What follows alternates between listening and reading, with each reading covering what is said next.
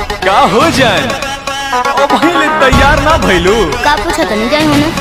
अरे चला घुमा दे जीजा घरे ना जइबू। हम ना जाए। अरे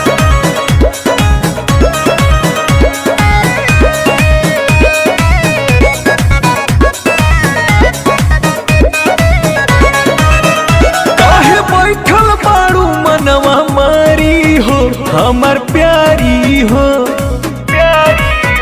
चल तोहके घुमा दी पटना ले आईनी सफारी हो। हम ना जाए। का भइल हो काहे बैठल बाड़ू मनवा मारी हो हमर प्यारी हो। चल तोहके घुमा दी पटना ले आईनी सफारी हो।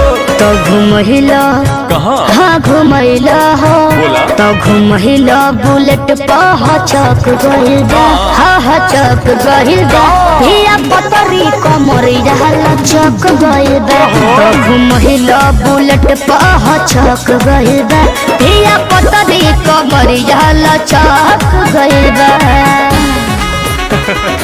कमसिन कमरिया बा का हो।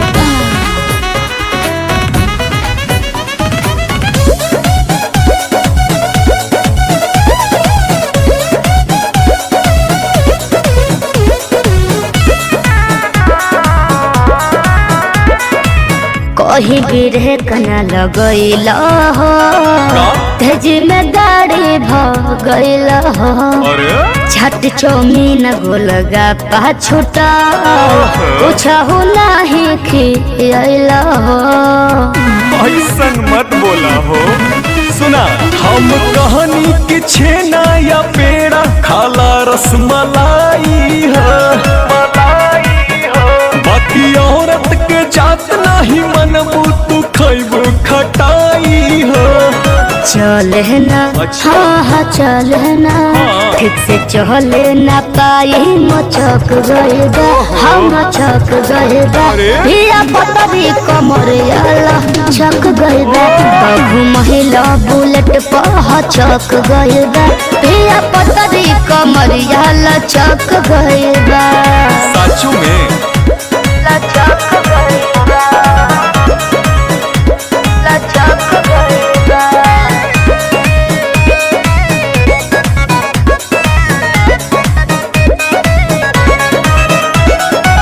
बथता मोर करी हैया हो सही में? सुना है विमल से सैया हो बोला तनी समूह भोला के मालिश कर दो और तनी तोहर पैया हो।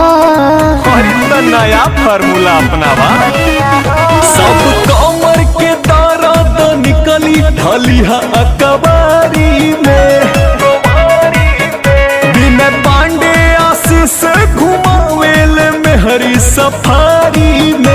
होखे गजन सही में? हाँ गजन हो होखे गजन दर्दिया वो कच गइल बा वो कच गइल बा अरे? धिया पतरी कमरिया लचक गइल बा तो घुमहिला बुलेट पह चक गइल बा धिया पतरी कमरिया लचक